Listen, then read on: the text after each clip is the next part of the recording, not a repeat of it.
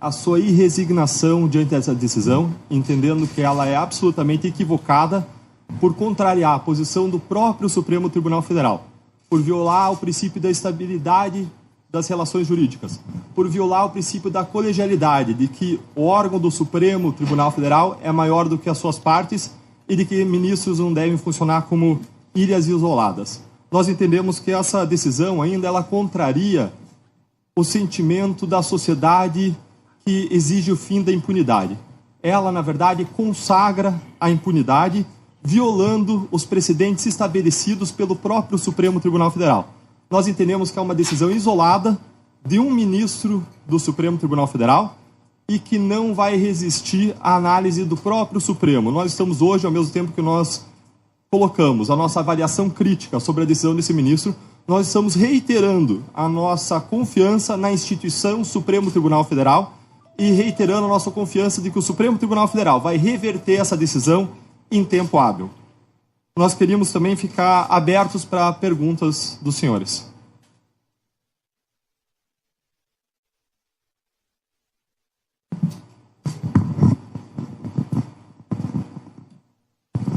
Boa tarde para os senhores. Rafael Moro, Valor Econômico.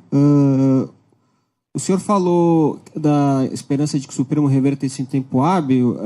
A Procuradoria-Geral da República já entrou com alguma petição? Pelo que me parece, posso estar errado, mas o Supremo entrou em recesso agora às 3 horas da tarde, então isso vai para a presidência, para o regime de plantão, que é o Toffoli, o presidente. Essa é a primeira pergunta. O que vai ser feito praticamente pela Lava Jato para tentar reverter essa decisão?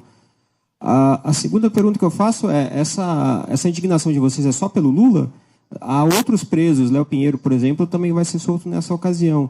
E ainda nesse mesmo raciocínio, o juiz Sérgio Moro, homens da Polícia Federal foram para o governo Bolsonaro, que é antítese política do Lula. Inclusive um político que se refere ao PT como petralhada, fala em metralhar petistas, etc.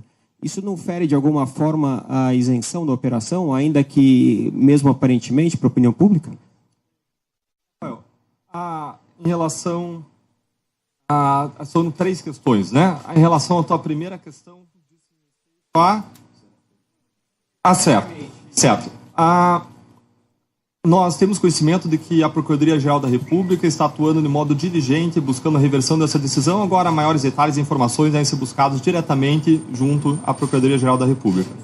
Nós temos confiança também na atuação diligente da Procuradoria-Geral, com o objetivo de reverter essa decisão que, entrando na sua segunda questão, ela vai muito além do caso Lula.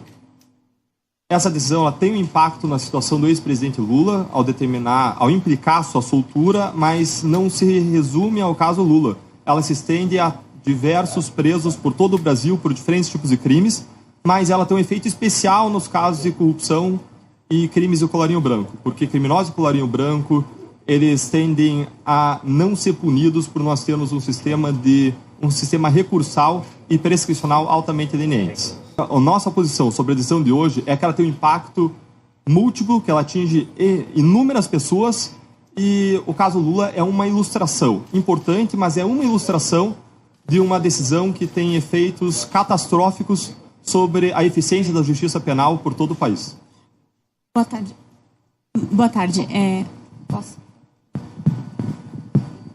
Só complementando, em recente levantamento do nosso sistema carcerário foi averiguado que cerca de 240 mil presos no Brasil, um universo carcerário muito grande, são presos provisórios. Então, essa decisão geral, uma decisão que se aplica a todos aqueles que não tenham ainda sentença condenatória confirmada em tribunais superiores e que tenham recursos nesses tribunais superiores, pode soltar réus violentos, réus que afrontem outros tipos de delito, não apenas o de corrupção. É lógico que a questão da possibilidade de prisão de condenados em segunda instância, ela afeta intrinsecamente, diretamente, réus poderosos, réus de criminosos de colarinho branco, porque são justamente eles que podem manejar todas as curvas, todos os meandros do sistema jurídico para recorrer dezenas de vezes, às vezes recursos teratológicos, às vezes recursos dos recursos dos recursos. Então, assistimos a diversos casos de eternização de processos de corrupção uma sentença que nunca chega ao fim, e essa decisão que inviabiliza a execução de pena após a confirmação de uma sentença condenatória por um tribunal, ela vai de encontro a esse anseio de combater a impunidade e diversos delitos. Vocês têm um levantamento oficial desses presos, e dentro desses presos provisórios, eu queria saber se esse número de 240 mil mencionados pelo Dr. Pozzobon, se esses 240 mil são só os presos provisórios sem preventiva, se são só condenados presos com base em condenação em segunda instância. Nós temos um levantamento de pessoas que têm condenação em segunda instância e que estão presas. Agora, nós não conseguimos em tempo levantar, isso é um levantamento que demora, porque deve ser analisado caso a caso, quais são os casos em que não existe prisão preventiva decretada. Esse é um levantamento que demoraria tempo para fazer. Essa decisão nos pegou de surpresa. Vejam que essa foi uma decisão tomada às vésperas do recesso, violando o princípio de colegialidade no momento em que torna difícil buscar possibilidades de revisão, fugindo completamente dos parâmetros, de modo isolado dentro do Supremo Tribunal Federal, que quebra a estabilidade das decisões do próprio Supremo, o sistema de precedentes, que vai contra o espírito de fim da impunidade que hoje inspira a sociedade brasileira e que nós esperamos que vai ser revertida pelo Supremo Tribunal Federal em tempo para que ela não surta efeitos catastróficos que podem surtir sobre a sociedade brasileira. Tem vários. Então, eu sei de cabeça, por exemplo, Belúbio Soares, Dona Maria Pinto. Alguns presos, tem vários. O que eu sei de cabeça, que eu lembro, que me vem à cabeça agora, por exemplo, o senhor Belúbio Soares é preso em execução provisória, o senhor Dona Maria Pinto, idem, o senhor Luiz Casante, idem, o senhor Natalino Bertin, idem. São esses que me vem à cabeça. Daí tem outros que tinham prisão preventiva, que se transformaram em execução provisória em segunda instância, o senhor Jorge Luiz Zelada, por exemplo, o João Augusto Henriques. Existem muitos outros, mas eu agora de cabeça são esses que eu lembro. Veja que há 35 pessoas que hoje estão presas após decisão de segunda instância em decorrência da Lava Jato. Agora, nós não temos o levantamento exato de quantas dessas pessoas estão também presas preventivamente. Agora, mesmo essas pessoas que estão presas preventivamente podem vir a ter a sua prisão afetada por essa decisão. Porque se deixa de valer a prisão após a segunda instância, a pessoa continua presa preventivamente depois de 1 ano, 2 anos, 3 anos, e aí entra a questão sobre quanto tempo que pode viger ou não uma prisão preventiva. Ou seja, na prática, essa decisão acaba colocando em risco todas as prisões após a segunda instância, mesmo os casos em que existe prisão preventiva, no caso Lava Jato. Nós acreditamos que essa decisão foi uma decisão isolada de um ministro do Supremo Tribunal Federal. Nós não entendemos essa decisão como uma decisão da instituição Supremo Tribunal Federal. Existe uma decisão, sim, da instituição Supremo Tribunal Federal que está vigendo e que autoriza a prisão após a condenação em segunda instância. Essa decisão hoje, isolada, monocrática do ministro Marco Aurélio, ela subverte o sistema de precedentes e o princípio da colegialidade. Só uma observação, esse tema, ele não foi decidido uma vez pelo Supremo. Foi decidido 4 vezes pelo plenário do Supremo em 2 anos. Então, inicialmente, ele é discutido nessas próprias ADCs 4.3 e 4.4, em fevereiro de 16. Depois ele é decidido em sede de repercussão geral pelo Supremo, também mantendo o entendimento da execução provisória. Depois ele é discutido novamente no HC do Lula, agora em abril de 2018, todas pela execução provisória da pena.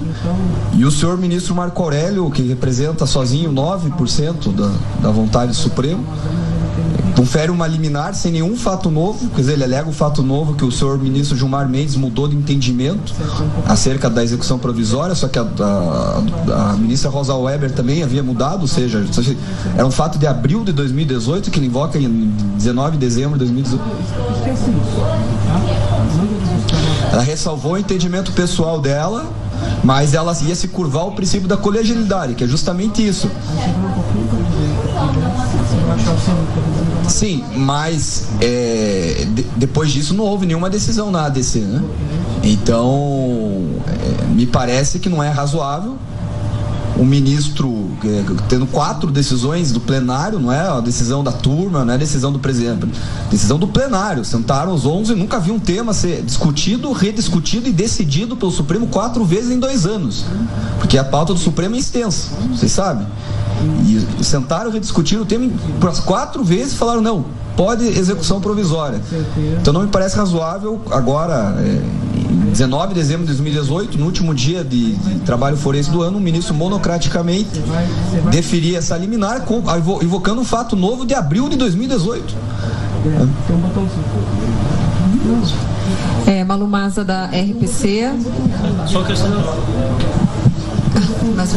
Acho que diante disso que o Dr. Diogo colocou, é importante só complementar também que esse assunto, essa pauta já foi agendada pelo ministro Dias Toffoli, uma data em abril de 2019, para que o plenário pudesse voltar a apreciar essa questão.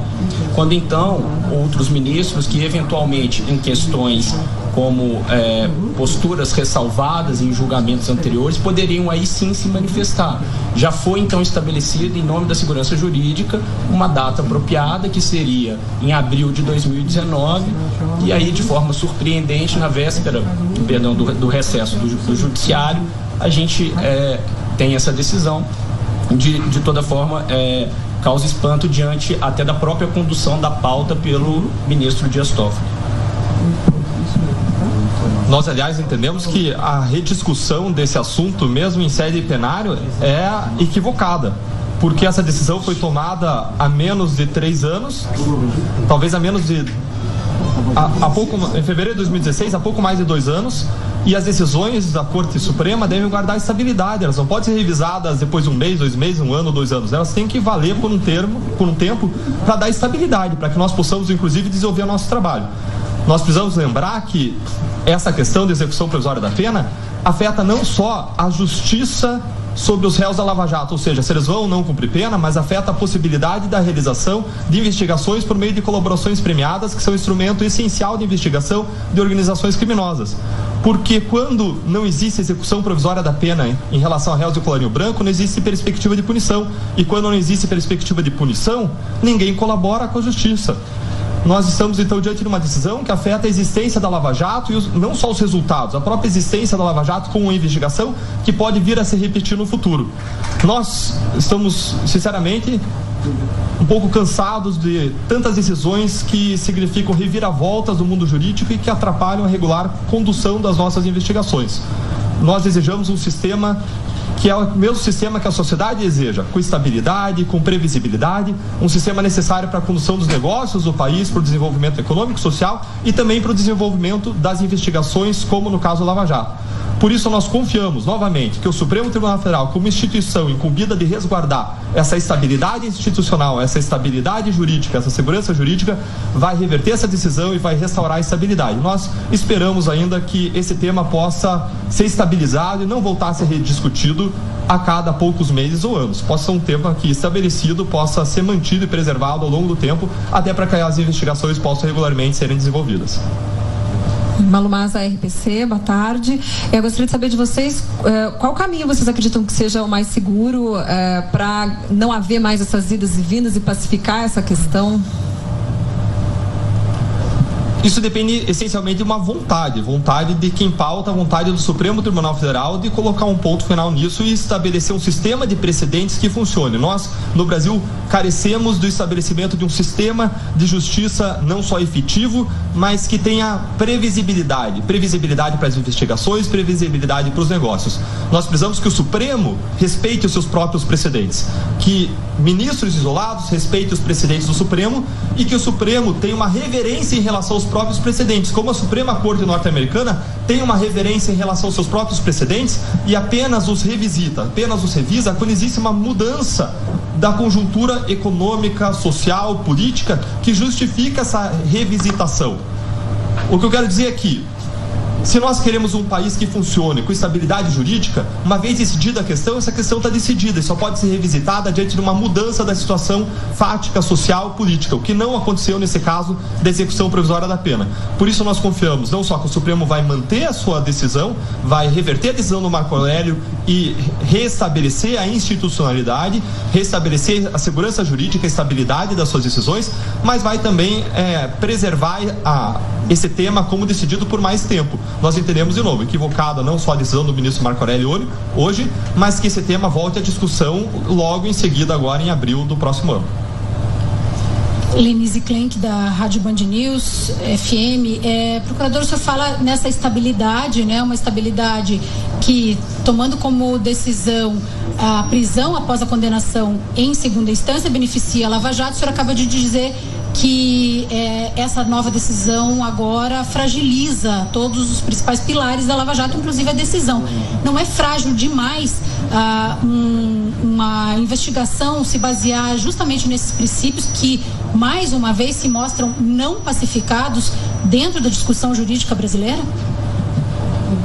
Nós precisamos de um sistema que funcione, um sistema de justiça que funcione. Nós temos várias regras que permitem lacunas e justamente por isso nós buscamos a revisão desse sistema e foram propostas inúmeras reformas, não só pelas 10 medidas contra a corrupção, mas depois pelas novas medidas contra a corrupção, justamente para garantir esse ambiente favorável às investigações e desfavorável à corrupção no nosso país. Pessoal, em razão da agenda dos procuradores, vamos passar a última pergunta. É a Kelly Cadanos novamente. Na verdade, são duas perguntas. A primeira, eu queria saber se vocês têm alguma esperança de que essa decisão do Supremo, por meio desse recurso que a PGR provavelmente vai entrar ainda hoje, seja revertida ainda hoje pelo presidente do Supremo. A outra pergunta, toda essa confusão em relação à prisão em segunda instância, ela acontece basicamente porque o Supremo interpreta a Constituição, que diz no artigo 5º que ninguém vai ser preso a menos que o trânsito em julgado do processo aconteça. Isso é uma interpretação. Já se falou, inclusive, o próprio ex-juiz da Lava Jato, Sérgio Moro, que agora é ministro da Justiça, em criar, de repente, uma proposta de emenda à Constituição para deixar isso mais claro. Existe alguma articulação nesse sentido? Vocês participam de alguma conversa nesse sentido para deixar isso mais claro na Constituição, para evitar esse tipo de problema de interpretação do Supremo? Veja que essa é uma questão, como você colocou, de interpretação, em que, em última análise, sempre vai depender da decisão do Supremo. Mesmo uma lei ou uma emenda constitucional estariam sujeitas a uma revisão do Supremo Tribunal Federal. Nós entendemos que é viável, pode ser positiva, com uma sinalização da vontade da sociedade para o Supremo Tribunal Federal. Agora, existem outros modos de entender a sinalização da vontade da sociedade para o Supremo, com a própria posição da sociedade sobre esse assunto e o desejo da sociedade de ver o fim da impunidade. Isso é algo que pode sim ser tomado em conta pelo Supremo, assim como os efeitos sociais das suas decisões. Sim, mas a Constituição, como toda norma jurídica, e para usar um termo jurídico, ela é porosa, ela admite diferentes interpretações. E ao analisar as diferentes interpretações, é legítimo que uma corte e um tribunal tome em conta os efeitos sociais da decisão na aplicação da lei. Isso é legítimo, isso é admitido pela doutrina, isso é algo assim que não é uma novidade. E é legítimo, então, que o Supremo tome em conta o desejo da sociedade brasileira, assim como que tomasse em conta uma lei aprovada, uma emenda à Constituição aprovada, no seu entendimento sobre o que a Constituição diz. E o que a gente deve ver também é que a nossa lei não pode ser interpretada de um modo isolado. Ela está num contexto internacional em que o princípio da presunção da inocência, ele convive com a execução provisória da pena em N países ao redor do mundo. Não é só no Brasil que nós desejamos que isso aconteça. Isso já existe e é assim que existe ao redor do mundo. A grande questão é o que nós queremos, que tipo de país nós queremos. Nós queremos um país que seja consagrado como o paraíso da impunidade, ou um país do Estado de Direito em que a lei vale para todos, em que as pessoas que cometem crimes sejam responsabilizadas pelos seus atos. Nós temos sim essa expectativa, essa esperança e essa confiança no Supremo Tribunal Federal. Obrigado a todos pela presença. Vamos dar por encerrada a coletiva.